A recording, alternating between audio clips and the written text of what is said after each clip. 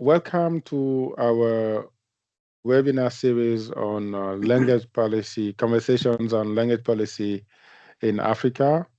We are very pleased and honored to receive today our guest and Professor Salikoko Mufwene from the University of Chicago. And I think for the sake of time, I will just leave him the floor to introduce himself briefly before starting with his talk today. So please, Professor, you have the floor. Okay. Thank you very much, Diallo, and your colleagues for inviting me to talk to this forum. And I'm very pleased to be here. I thank the audience for making some time to come and listen to me. I will start with the caveat. I'm not an applied linguist, and I have no significant training in economics. So I'm speaking here just because I think there are things that deserve attention about the economic development of Africa. And I do my best as just a generally educated person with a background in linguistics, particularly working on on language evolution, that thinks that they have some ideas to share about why there isn't much economic development in Africa. And certainly, let me share my screen.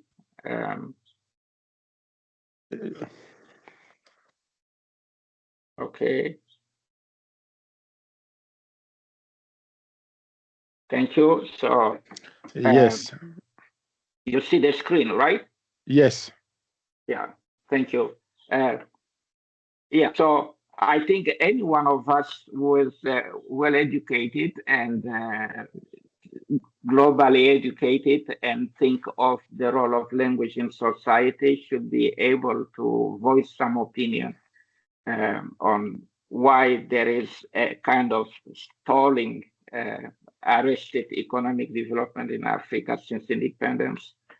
And I chose to talk about multilingualism because it crossed my mind that a person such as Joshua Fishman, who during the later period of his life, starting in the early 1990s, advocated for linguistic diversity, is one of those people who in the 1960s advised African governments about multilingualism. At that time, he was of the opinion that Africa had too many languages, and this was an obstacle, a barrier to development, mostly because multilingualism kind of impeded unity, national unity, and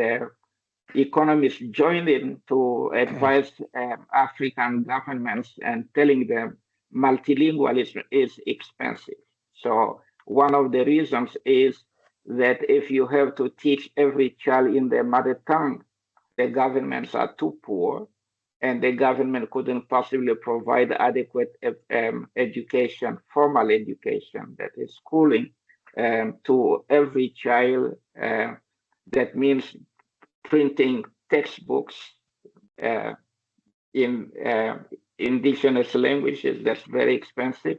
That it would be more expeditious to just continue using European colonial languages as the languages of government. We call them official languages, and to run education in those particular languages. Sadly, some African countries became obsessed with this particular approach and went as far as making sure that every child started with the European language in elementary school from grade 1 on, and ignoring the fact that That grade one was the first encounter for the child with the European language, and they didn't know much about it. So this is one of the reasons why schooling in Africa has not been so productive. It's a shame that there are still countries that do this kind of thing. In so, for instance, starting in the dominant lingua franca, and you can continue up to a point where the children have learned enough of the official language to be able to use it as a medium of education. Okay. I'll start by clarifying some useful notions, and one of them is independence. So, and this is top on my list here because I think of my parents, for instance, that thought of independence as the kind of catalyst that would change their living conditions. But that hasn't happened. I remember my mother saying one time, "Hey, I lived better during the colonial period than now. And during the colonial period, I could buy more with 1 Belgian franc than I can do with the 100 makuta, the then denomination of money in the Congo. At that time, when my mother talked to me, the Congo had been renamed Zaire, and you would think Zaire means more independence, but that's probably not what has been happening. And independence to me means less or no more dependence on the former metropole. But this is not really happening when there is a conflict. The former colony turns to the former metropole to step in and try to address the conflict. When there are economic problems, the former colony turns to the former metropole to ask for money to bail them out and so forth. And it's like post-independence Africa is actually post-independence bunch of colonies, of European colonies. So the notion of political sovereignty and more economic self-reliance, I mean, it's obvious to everybody that very often the advice for decisions that are made within African countries comes from outside. And you can't help thinking that some African rulers continue working for the for the former metropoles rather than for national development. Of course, a lot of rulers work for their own enrichment, but not really for improving the socio-economic conditions of the population. And there isn't really much self-reliance when it comes to economic development. You still depend on IMF and other kinds of funding agencies. And these agencies are not working for the development of Africa per se. In some cases, they contribute to continuous underdevelopment of Africa. The decisions are made in the interest of the lenders, not in the interest of the borrowers. Okay. So think of somebody lending, a bank lending you money, and then overnight the bank also decreases your buying power, and you have to pay more for them just to pay the interest on the money that you borrowed, but doing very little to accomplish what you wanted to accomplish. And this is very serious, and it's an issue that must be addressed. So in the meantime, the one that represents the relevant country pockets a large chunk of the money for themselves. So the moment corruption gets in, there is not much meaning for political sovereignty anymore. And these are, I think, some of this and lack of real independence contribute terribly to the underdevelopment of Africa, or the stagnating economic development of Africa. So, and Africa is little prepared in many ways uh, to come up with solutions that are adapted to and prioritize national needs. Okay, the justifications are multiple and they don't make sense. But this is a very serious problem for Africa.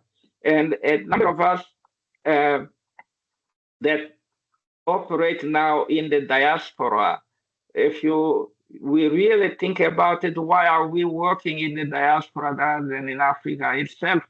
Because in many ways, Africa has told us independently, I'm sorry, indirectly, that they don't need us.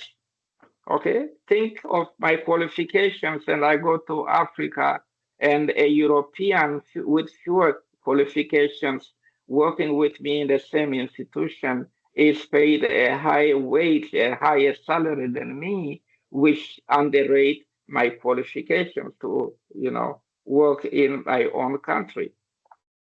Okay. Another concept here is decoloniality, and I put decoloniality here because it has become a buzz term in scholarship today. We wanted to re-examine the received positions, received analysis, and look for alternative analysis that have less colonial bias.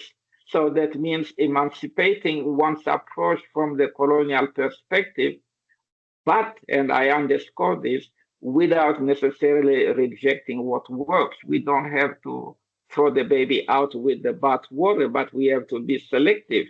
And we have to think very hard whether our alternative solutions are not at the facets of the colonial approach in the first place. So this is an important thing. And for economy, that is also very important. The systems operating now are still operating more in the interest of economies of the global north than in the interest of the economies of the global south. Okay. And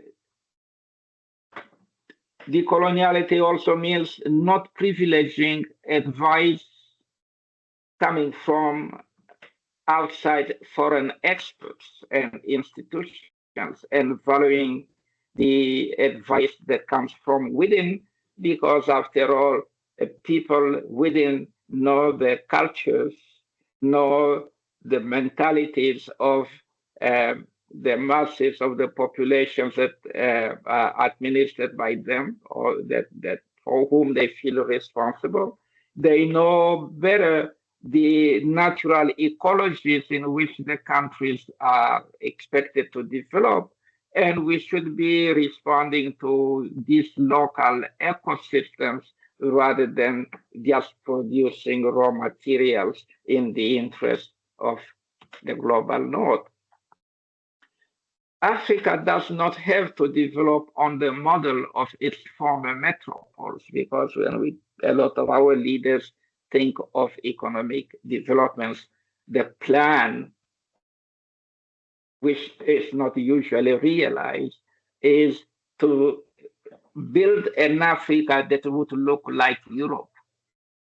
And this is impossible because there are some ecological prerequisites to economic development, and we should be paying attention to them. African cultures are different and even diverse within Africa. And the relevant economies, natural ecologies for economic, the relevant natural ecologies in which economic development should take place are different. Africans do not have to capitalize on similar resources nor on the same modus operandi as Europeans did in the 17th century. For instance, what did Europeans do in order to reduce cost toward the economic development of Europe? Europeans resorted to subjugating Africans for cheap labor to maximize profit and develop Europe. Many of the things that we admire now in Europe are things that were done during the colonial period, money coming from the colonies, from the resources of the colony that was used for the development of Africa. Okay. The Europeans also relied heavily on recruitment of contract laborers brought from other parts of the world or other parts of Africa within the different countries. This doesn't bode well for people within the country, because some of these jobs, they could be some of these jobs could be done by the nationals, not by people coming from outside. Okay. So this is a real issue and something that needs addressing. It does not mean implementing xenophobia, but it also means doing things in such a way that when jobs are created, the people benefiting from the new jobs are the locals, nationals, and not necessarily people coming from outside. This is what the developed countries do. We should not continue to produce raw materials to fuel the success of the European Industrial Revolution, and this is still what is going on now. So you get a loan from a European country, and according to the loan, you have to produce so many thousands of tons of copper or so many tons of sugar, and Europeans, the nations of the global north, companies of the global north, value the material at today's price, but you have a loan that you have to pay within 30 years, for instance, and that loan keeps appreciating more and more, so that you wind up engaging it in an exchange that implies a deficit. Okay, you sell your raw materials less cheaper than you have to pay for the interest of the loan alone, not even paying off the loan. Okay. National monolingualism is not the reason why European nations develop economically. And I don't know whether the policy of national monolingualism has been so successful after all in Europe. And there are still people in Europe that I think feel disenfranchised. Okay. These European economies develop, Europeans develop economic systems that were advantageous to them, although in order to do this, they had to capitalize on the exploitation of the colonies, the kinds of things that I talked about. So they would, for instance, develop plantations that were not set in place to feed the local population, but to provide raw materials for the industrial development, the industrial revolution of Europe. People grew, for instance, cocoa, and cocoa is processed abroad, and when the final product comes back to the country that produces cocoa, it's too expensive for the locals to buy it. Okay.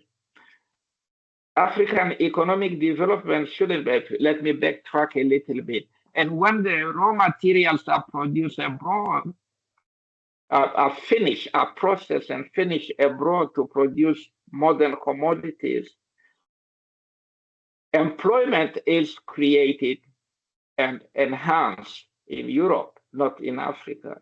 In Africa, it's just the system of extraction, of exploitation, that pays low wages, that doesn't really continue to grow in size. So the World Bank will say there has been the economic growth, but when you look at the material conditions of African that do the few jobs that are available, what you notice is the material conditions of the workers are very often worsening. They are not even remaining stable. Their buying power keeps decreasing.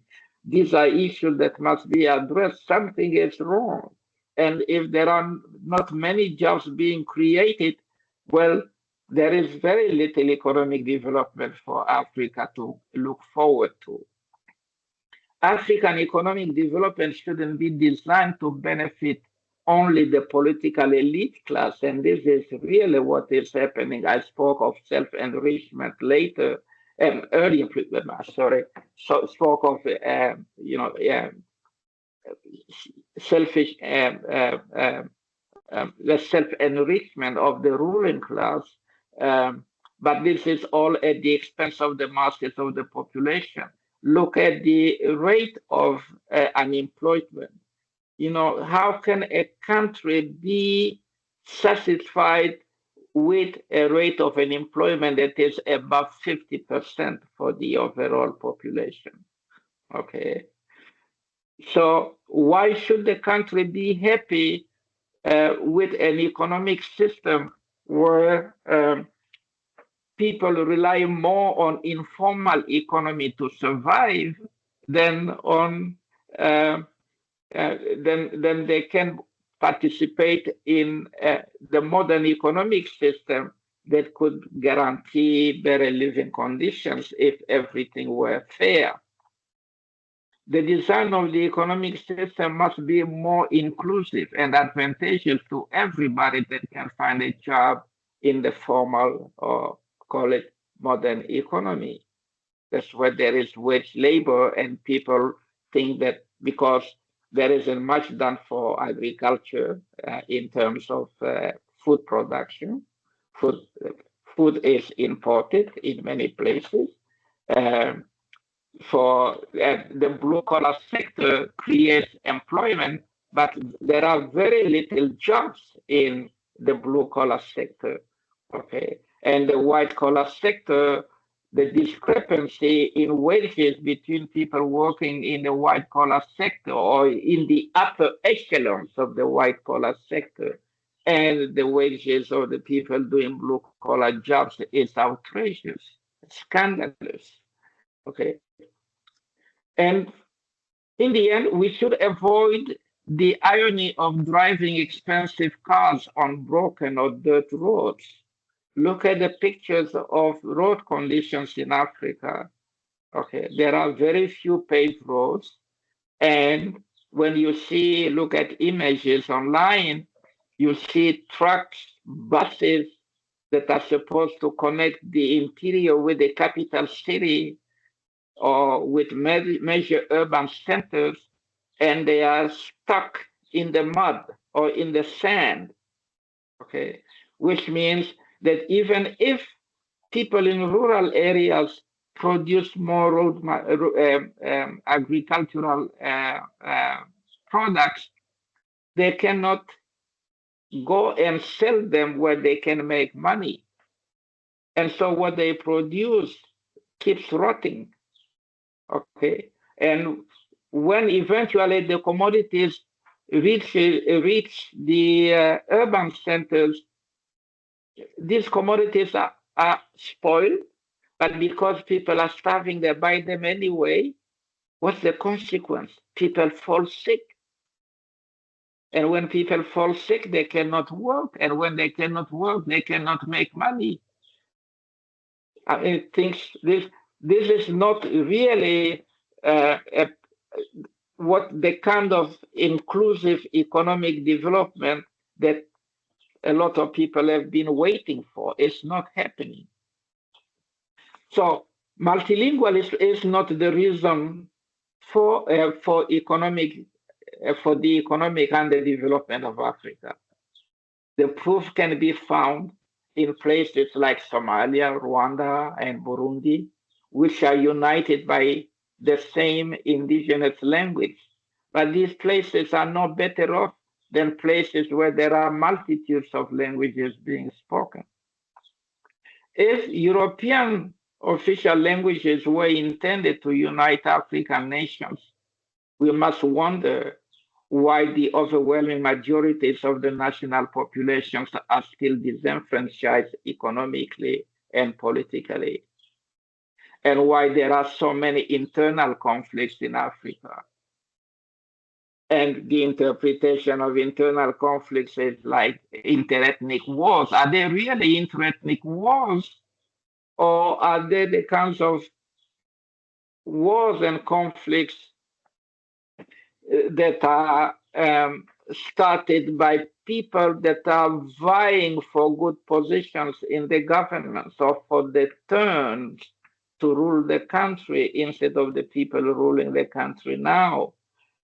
The pretext is usually, well, there is too much corruption, but what does the change really produce if you replace a corrupt leader by another corrupt leader?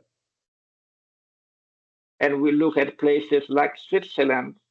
Switzerland doesn't have a national official language, but it is very well developed, one of the wealthiest countries in the world.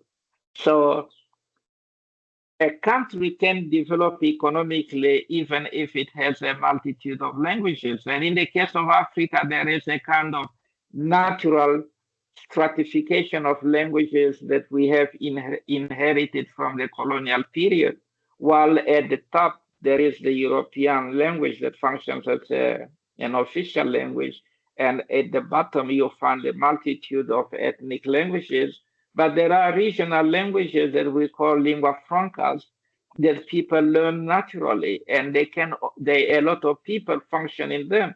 We have even the advantage of the fact that these lingua francas, you don't have to go to school to learn them. People learn these lingua francas naturalistically by immersion, and things have worked. So claiming that multilingualism is not is the reason for the economic underdevelopment of Africa, that's really dealing with an epiphenomenon that doesn't even play a role in the kinds of things that I talked about here, the disenfranchisement of the majority and the internal political conflicts. An adequate economic development plan must be domestically global. The industry must grow, but so must the transportation system. Okay, the healthcare system should improve and become more adequate and accessible to all. This is not the case in most of Black Africa. Investments must be made in several economic sectors concurrently, but not exponentially in the foreign bank accounts of the elite. Okay, so we keep borrowing money, and where is this money siphoned to foreign bank accounts of the elite, with very little being used for developing or to attending to economic issues? How many loans have been taken that have not produced any significant effect? Okay, and the more economic inequities there are demographically and regionally, the more unstable the political systems or regimes will be. And this is where some leaders engage in these political conflicts. They use these inequities as an excuse, when in reality, as history has shown us, they just step in. It's the chance to embezzle and enrich themselves, and until they are destituted by a successor. Okay. Every citizen is entitled to adequate welfare, and unfortunately, this is not happening. And when it comes to schools and economic development, people have been saying we have to develop better schools, and then we will have more people that are educated in matters of the economy, and they can contribute to economic development. But when you turn the tables around, you need a lot of money to develop adequate schools. So if people keep waiting for schools to develop for the economic development of Africa, it means we will wait forever. Okay. There's no chicken and egg dilemma about whether schools should develop first and then economic development will follow suit. They both need financial and conceptual investments, which actually suggests that some sort of economic development should take place and produce the money needed for the development of adequate schools. And this is, sadly, the kind of thing that happened during the colonial period. Well, granted, the colonial system didn't really work much for the economic development of Africa, but for the little that that system did, they provided certain jobs. They had the exploitation economic system, which provided certain good wages for some people, and the children of these people attended schools. They also created schools with money from the colonies and not with money from the metropoles. And the school systems, sadly, were set in place to create colonial auxiliaries, people that would work in the service of the metropole. Well, we shouldn't go for that kind of education system because the purpose should not be to produce people to provide education in the service of the foreign world. The system should work in such a way that the education we receive help us address issues in Africa and help us participate in the economic development of Africa, which would mean we examine the system, for instance, of um, running our education systems in foreign languages because the foreign language is exclusionary. It is not inclusive. Okay. And this does not mean that we should refuse to learn foreign languages. It's in our interest to learn foreign languages, but for us to function within our own nations, we should be able to function, especially where the economy is concerned. We should be able to function in indigenous languages. Our government should be operating in indigenous languages and be accessible to the populations that they govern or should serve. Of course, there's the big problem of corruption, which is a key contributor to limited or stagnating economic development in Africa. But this is also obvious. I'm not going to discuss it. And I thank you for your attention.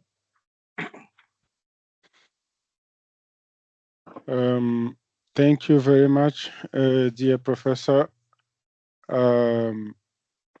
Thank you very much for your brilliant talk. This is very, very interesting. Thank you, our audience, for the interest. I guess people would like their questions. I'm trying to open your microphone. If I don't manage it, please. I think you can, your microphone is now open. You can just start. Mr. Uduma or Mrs. Uduma, I don't know, because I don't see you. Please, could you start? Can you hear me now? Yes, we can hear you. Yes. Very nice. All right, thank you. So, yeah. Thank you, Professor Mufwene, for that beautiful presentation. I do have a question because of my Nigerianness. I'm from Nigeria, so I take insights from Nigeria. Yes, I agree to a certain extent that multilingualism cannot be said to be the reason for underdevelopment in Africa as a general thing. But then, What about we think in the direction of multilingualism being the driving force for disunity and lack of commitment to development in Africa? Multilingualism drives disunity among people because they are not committed. They don't speak the same language and they are not committed to the development of their countries. They see themselves as different people from different backgrounds, from different realities, and it affects development to the extent that in a place like Nigeria, people have said Nigeria is just a mere geographical expression. There is Nigeria, but there are no Nigerians. And I know that wouldn't be the case if a multilingual country like Nigeria had one language that drives which everybody speaks. And I think with that, people will be committed to the development of Nigeria because we do know that nobody will develop Africa except Africans. But if Africa is so divided that people speak different languages, couldn't we say that that is also a contributory factor to why Africa has not developed at the pace that it should? Okay. Yeah. Thank you very much. Yeah. I think you are using a consequence of something else as the explanation of this unity. Africa, I mean, if you take a place like Nigeria, I can take the Congo too, I can take Cameroon and places like that. Members of particular ethnic groups feel disenfranchised. Okay.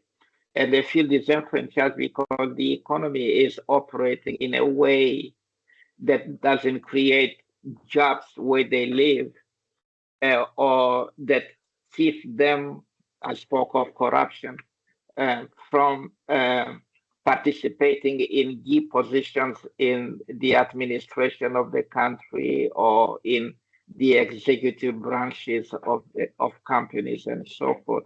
So these are consequences of something else. Africa looks disunited by language, but that is not really so. There are, look at the elite class. So while we think that they favor members of the particular ethnic groups and so forth, which in some cases is true, but in many cases, the members of the elite class create alliances among themselves across ethnic lines.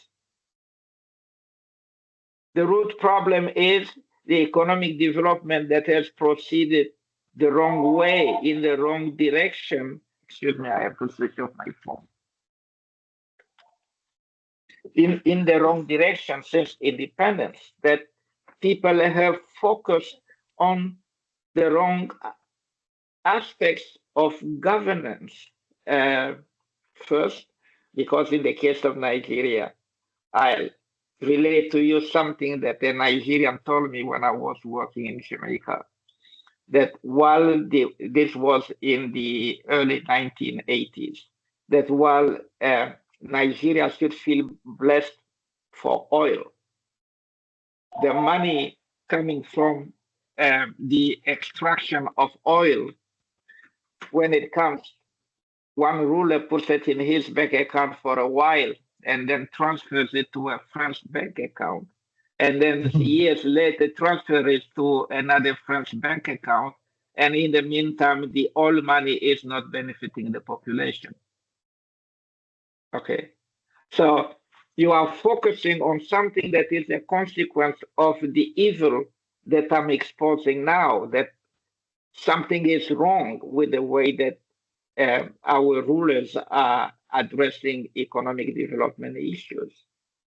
Yeah, it's not multilingualism, it's not multi-ethnicity that does that. I gave you examples of countries that are not multilingual, and they have the same walls as the rest of us in multilingual countries. I thank you very much, Professor. As someone who is living in Switzerland, I'm even a Swiss citizen nowadays. I can just confirm what Professor Mufwene is saying based on what I'm living in this country here. Switzerland is a country with 4 languages, German, French, Italian, and Romansh.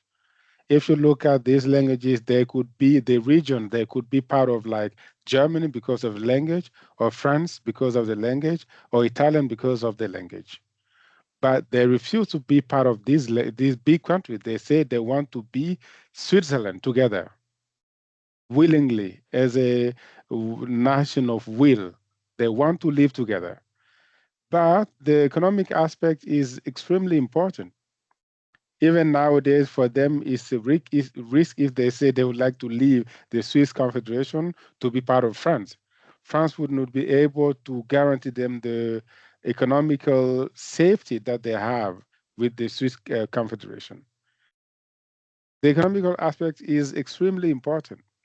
I think we should not really disregard this aspect. And I do share some of these ideas of Professor Mufwene today when he says that where economic inequalities are strong, the more the injustice, social injustice is stronger. These are things that we should keep in mind when we talk about Africa. But there's also a lot of literature on the topic of language development in Africa. I rely personally on the work of J.T. Paulin J.T., and also when he talks about social development and multilingualism in Africa, and also the whole issue of language capital when you talk about Bourdieu, all this stuff, but which is very strongly oriented to the situation of Europe and France. But now I think we should think about the situation in Africa, how this had an impact when we talk about language and development. Does language really foster or hinder development in Africa? Multilingualism, I would say. Other questions?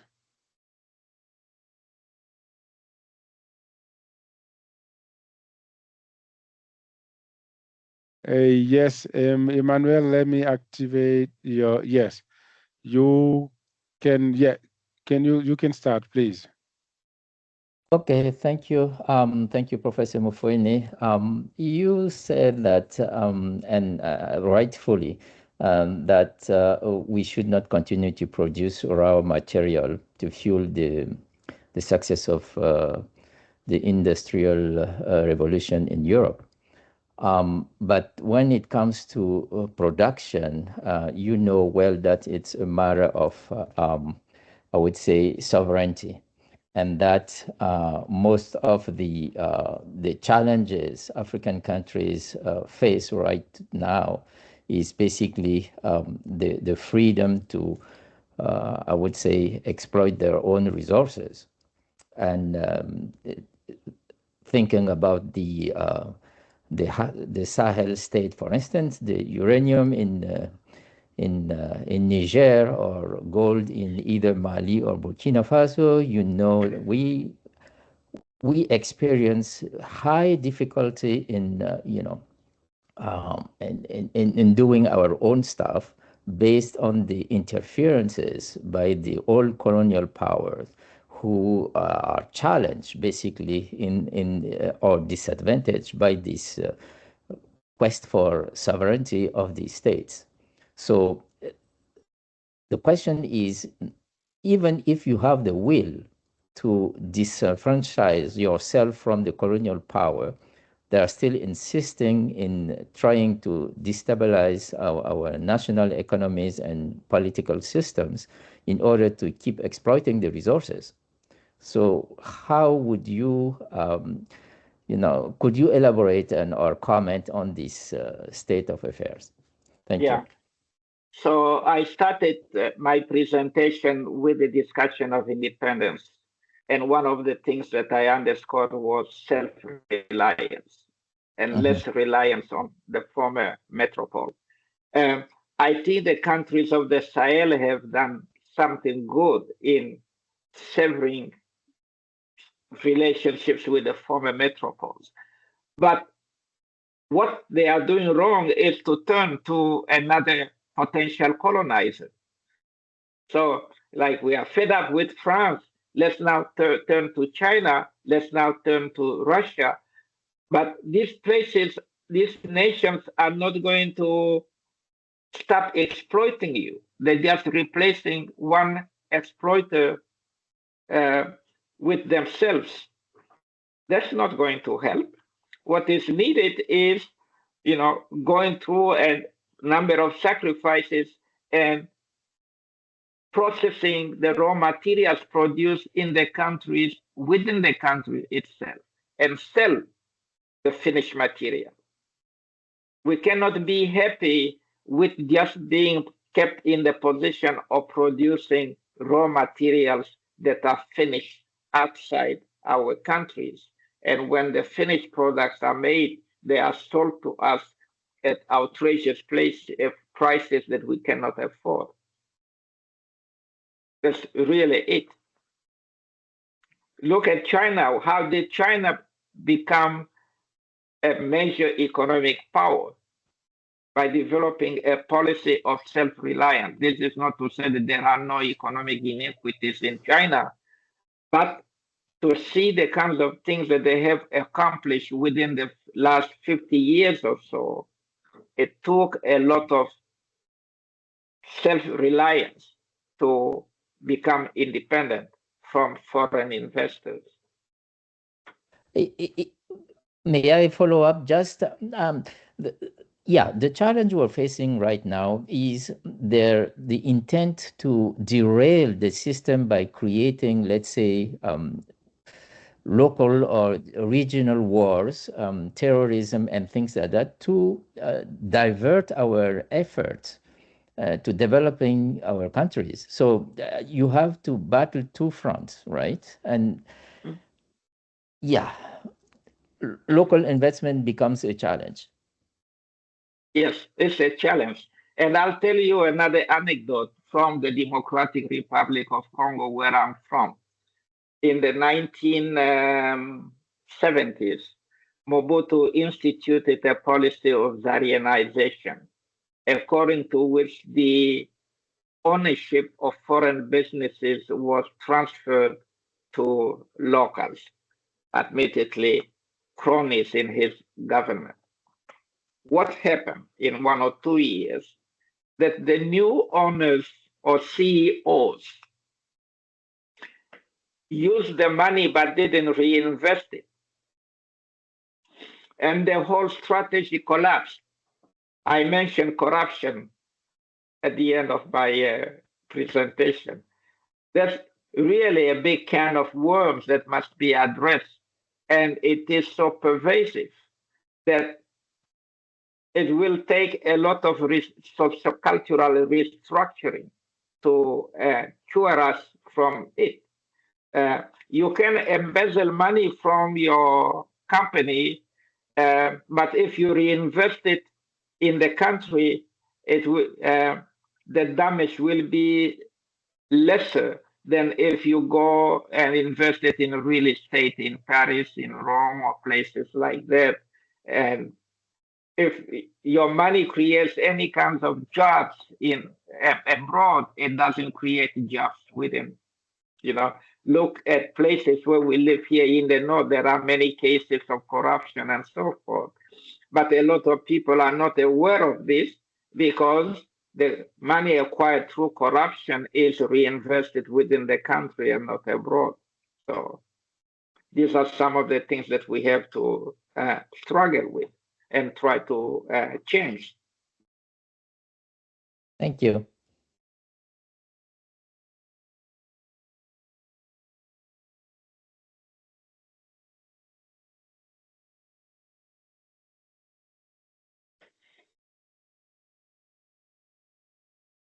More questions?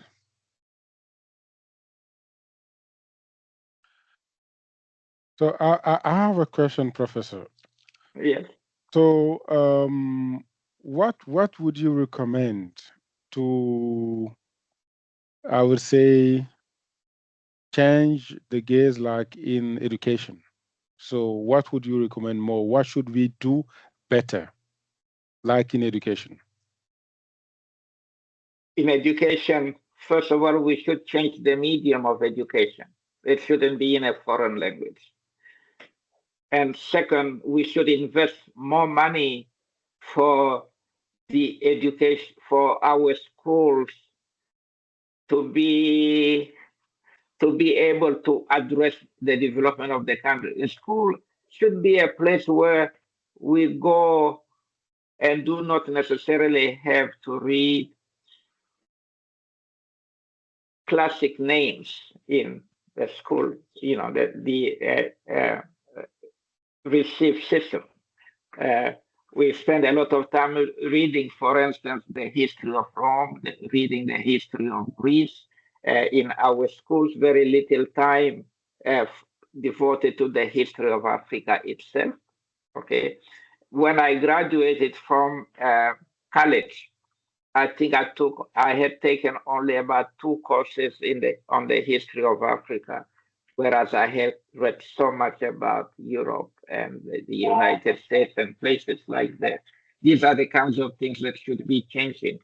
But the other thing is uh, modern schools develop with adequate technologies, invest more technology in the education system so that people are prepared for modern life. The school is a place where children are being trained to function in an adequate economic system. Okay.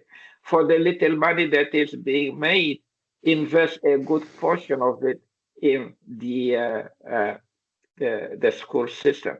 It's a matter of redistribution of the money that is received. Too high a proportion of the money goes in the pockets of a few leaders.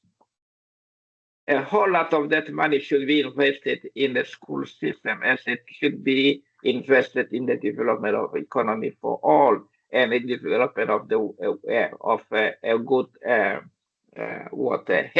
healthcare system. Road infrastructures are calling for a lot of money. So if you do well in your healthcare system, there will be more students that will be attending school instead of staying home because they are sick and cannot attend school, and their parents don't have enough money to take them to the hospital. And a lot of these children die because of lack of adequate healthcare system. So for me, the solution is for an inclusive economic development. Okay, I think I published a paper in 2019 titled Linguistic Diversity and Formal Education and Economic Development. In that paper, my argument is don't wait for the economy, for schools to develop first and for the economy to develop later. Schools need adequate economic development in order for them to modernize, in order for them to provide the kind of education that our children need. And these children are an investment for the future of the country. We should stop the kind of brain drain of which I'm a part, where people that are really adequately trained to operate in their own countries find themselves forced to live in exile for economic reasons and not necessarily for political reasons and things of the sort. Okay. Are there more questions? Someone is asking, would you say, Professor, that language of teaching can disable access to, access to educational learning then? If a country like South Africa switches to non-Western languages as media of instruction, won't that be considering multilingualism? Well, South Africa is multilingual, but South Africa was not colonized exactly in the same way as, say, the Congo was colonized or Nigeria was colonized. South Africa is partly a settlement, the outcome of settlement colonization, and partly part of exploitation or extraction colonization. And the solution that South Africa adopts shouldn't be the kind of solution that Nigeria or the Congo adopt. In South Africa, there is a large proportion of the population that consists of native speakers of English, and another large proportion of native speakers of Afrikaans. And then you have other major languages such as Xhosa and Zulu, and they are significant.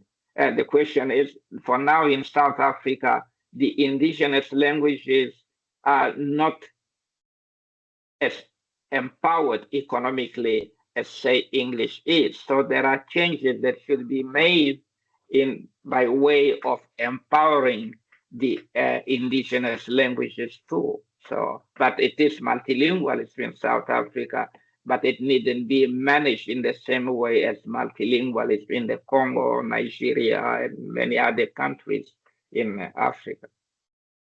So Victor Chikepa wrote, I would want the Prof to at least comment on whether the language policies in Africa should be modeled on those of economically developed Asian countries, since Western paradigms have failed due to our multilingual nature.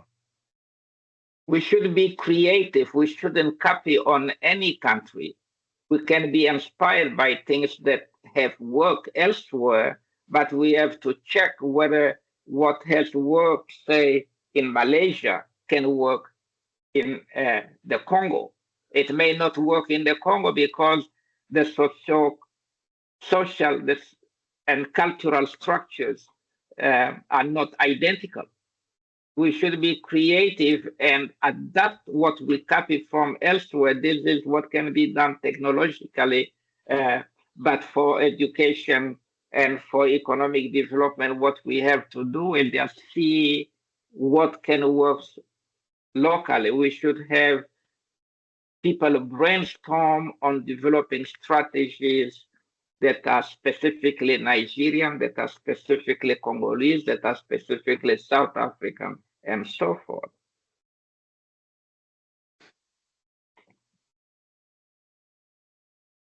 So we have some more questions here.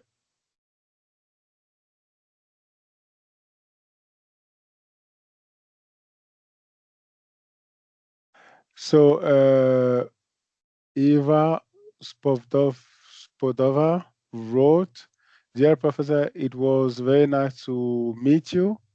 Thank you for your very interesting and very nice webinar. I am teacher of Portuguese language, and I would like to ask you about the real importance of Portuguese language for South Africa.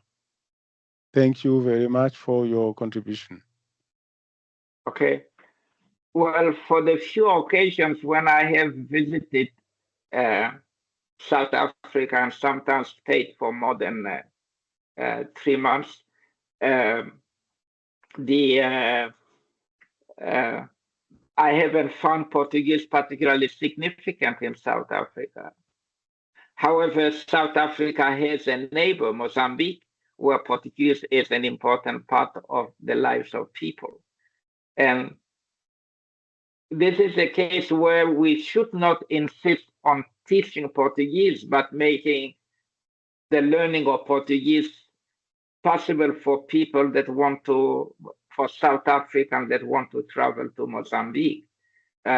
Right now, when people travel to Mozambique, they speak English and so forth, but I think that is also a position that Mozambique may not want to keep itself in, that Mozambique would be happy to have people going to Mozambique speaking Portuguese, but most of all, people going to Mozambique speaking indigenous language of Mozambique rather than Portuguese. These are the kinds of things that should be changing. We have here a question from Am, if I can say it because the way it is. She's writing, thank you. I work on urban Ivorian French in Abidjan with anthropological perspective. In countries like Cote d'Ivoire, the country develops so quickly with French and the global North investment, and in Abidjan, there is more and more young generations who does not speak their ethnic languages, and the Ivorian politics seems to be happy with their development. In the urban situation where most economic activities are done in the former colonial language with economic success, the question of multilingualism is still an issue. I think it is, and how. Okay. Well, part of what should be part of this question is whether the rural areas are as developed as the urban areas. And I suspect from the way that the question is formulated, that if people have to move from rural areas to urban areas to participate in what is interpreted as economic development, then there must be something that must be done for people living in rural areas. Is it necessary for them to learn French too and function in French? Or can the rural economies operate in indigenous languages? And if rural areas operate in indigenous languages, then we wouldn't have to worry about language endangerment in Cote d'Ivoire. And I don't even know if there is language endangerment in Cote d'Ivoire that is as significant as language endangerment in, say, the United States or Australia. So these are the kinds of things that we should be paying attention to. You mentioned Paulin Juté earlier. Paulin Juté, deplores the fact that there is a lot of illiteracy in rural areas. And when we speak of illiteracy, that also means ignorant of the dominant language, which is dominant, the official language, which is French. I think according to statistics of the Organisation Internationale de la Francophonie, the proportion of actual speakers of French in Cote d'Ivoire doesn't exceed 40% of the population. So that in itself is an indication that the promotion of the official language has not been as successful as people had hoped. Let me put it this way.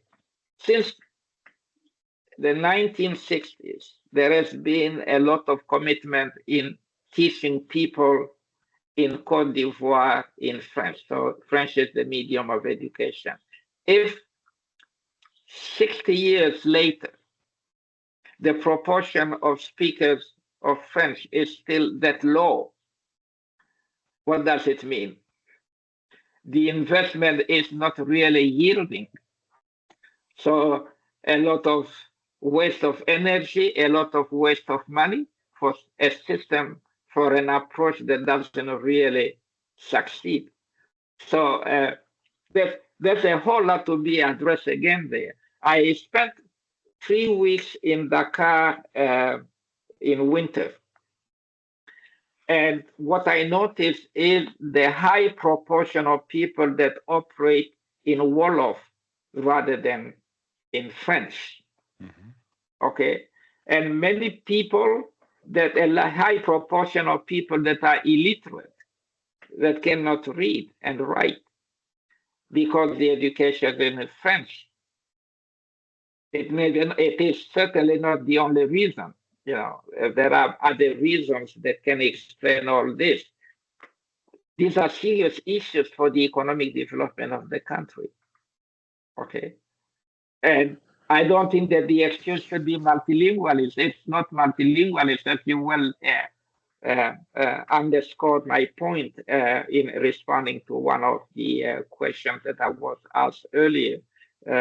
It's how you plan your economic development that is going to deal with the position that these different languages should maintain or not maintain, should occupy in the former colonies.